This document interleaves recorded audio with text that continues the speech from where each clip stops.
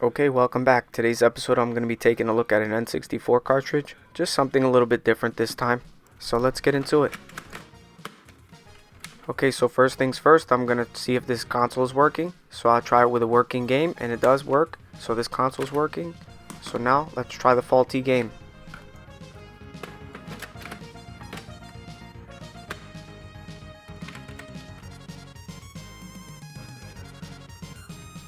So I'm not getting any image. It's not even giving me a black screen. So I suspect this cartridge is not working and there is an actual fault. So I'm going to take it apart and clean it and see if I can figure out what's going on. So disassembling the cart is self-explanatory. It's just two game bit screws and then two more Phillips screws on the bottom, and then you should be able to get to the PCB.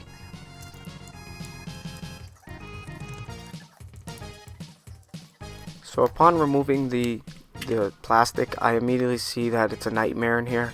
I think maybe a component exploded in here, or perhaps water got in here and shorted something. There's a lot of corrosion, a lot of rust, a lot of blue corrosion. So I hope that everything is working as far as chips are concerned. If a capacitor's bad or a resistor's bad or even the battery's bad, I could always replace that. Even the CIC is fairly easy to replace.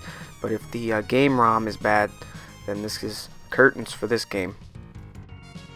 So the first thing I'm going to do is take 99% alcohol and a toothbrush and scrub the board and bring it back to presentable status, because as of right now I can't even see what's going on. The corrosion is really thick. I can't see if there are broken traces or anything. So first things first, I'll clean the board and then I'll get to work.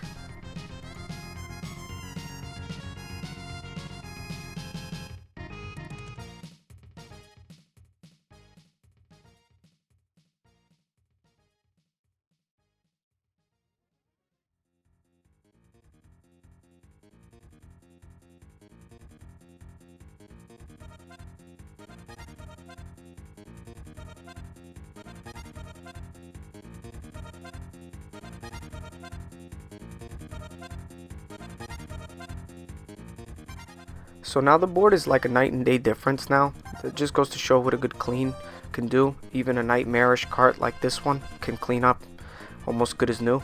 But as you would expect, it still doesn't work. So I'm going to take a look in this corner here, because this is where all the corrosion was sitting. So maybe a trace broke over here. So I'm going to probe around, test for continuity, and see if I can find any breaks.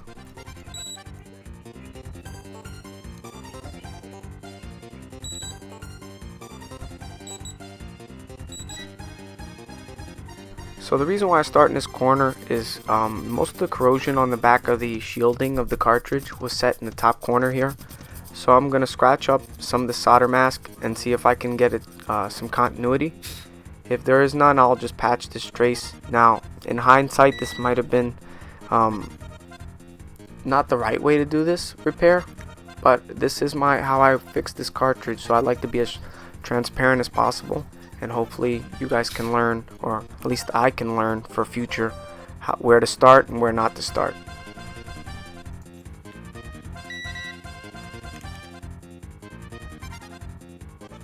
So as you can see, there are tiny breaks between these 2 points. So I'm just going to patch them up with just a gob of solder and then test the cartridge.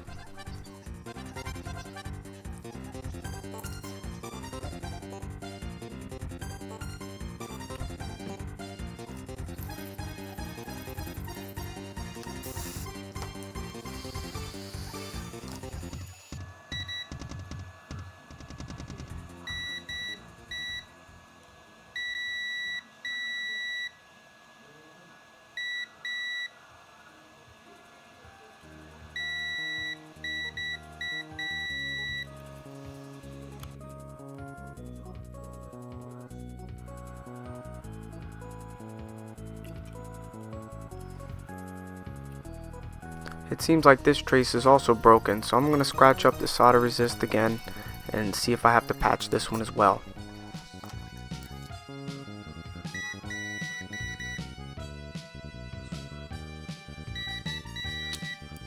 Well, that was a false alarm.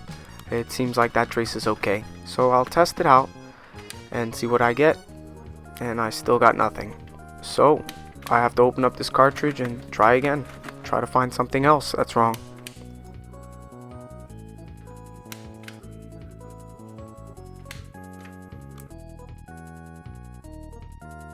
So I've been probing around and I find a break in one of these traces. This pin here and needs to lead up to this leg on this chip, and I don't have any continuity between that pin and that leg. So the reason why I know is without taking off the chip, I have Smash Brothers here and it uses the same board. As you can see, the board style is up here, and I have continuity in the same spot on the Smash Brothers game, but I don't have any on the Mario Golf game. So I'm gonna patch that with a wire and see if I can get this game to fire up. So I'm actually gonna take a fiberglass pen and scratch up the solder mask right above the gold plated pin. The reason why I don't want to solder to the pin is because it could actually damage the N64 console. If you leave an obstructed pin or a raised pin there, it could actually damage the pin connector on your console. So I'll actually solder it on the top of the pin, so because that doesn't actually make contact with the console pin connector. So it's safe to put a dab of solder right there and use that instead. I'm also gonna pre-tin the leg there because I'm gonna solder it above the chip.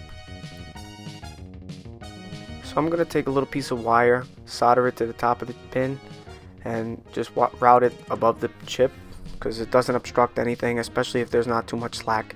And I'm just going to bend it and solder it to the pin, and that should do it.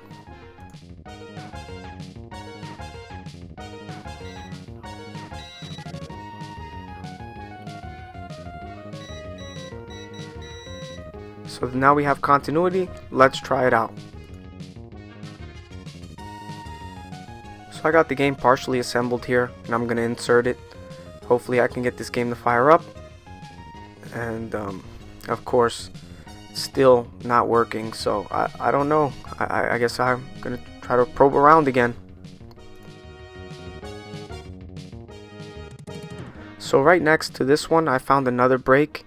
So this pin actually leads up here. I did the same method with the other game. I just found out where these pins lead to, and it's supposed to have continuity on this fourth pin on the chip leg, and it doesn't. So I'm gonna do the same thing, and hopefully that works.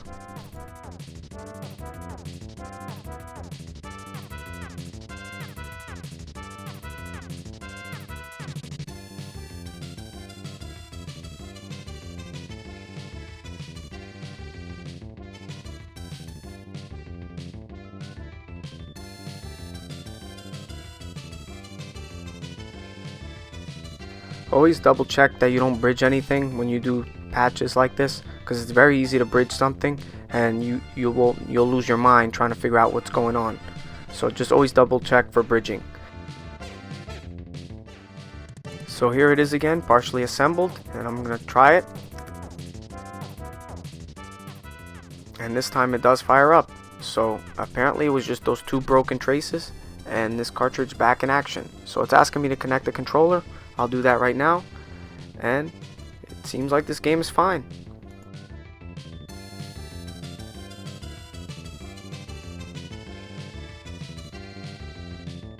Now I'm not done with this cartridge. I noticed on the inside of this plastic there's still a lot of rust, so I'm going to take some 99% alcohol and a toothbrush and scrub the inside.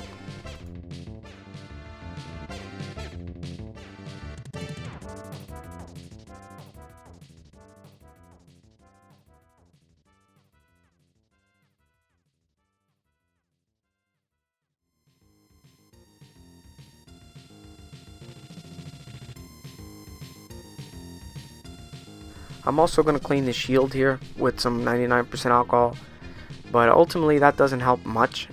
It still leaves like this black stain on this shield here, so I'm going to take some Brasso and try to polish off the corrosion and this blackness off here. And it does help a little bit, but I ultimately can't get it all off, so I just leave it how it is.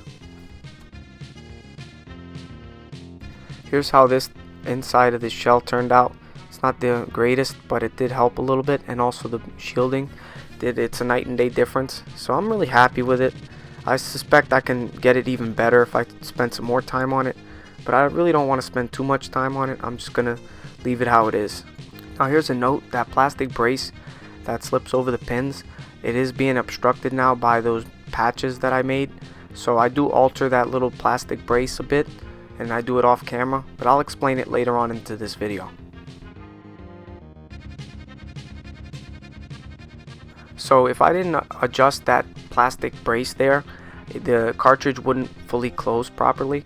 So what I did was I took some flush cuts and actually just carved out a square to go over those joints, so now the cartridge can close properly. In this video you can't see it, but just keep in mind, if your cartridge isn't closing because of those new joints, just make sure to just clip a little bit, just a little circle or an indentation, so those joints don't obstruct the plastic piece.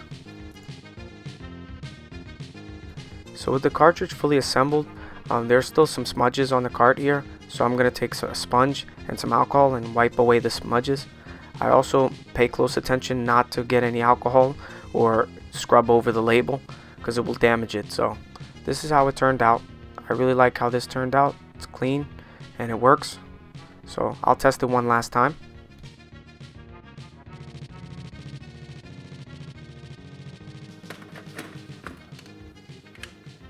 So I really enjoy how this cartridge turned out. It's working, it's good as new, and I got a lot more cartridges to repair in the near future. So stay tuned for that. Please like, comment, and subscribe. And once again, I really appreciate everybody for watching.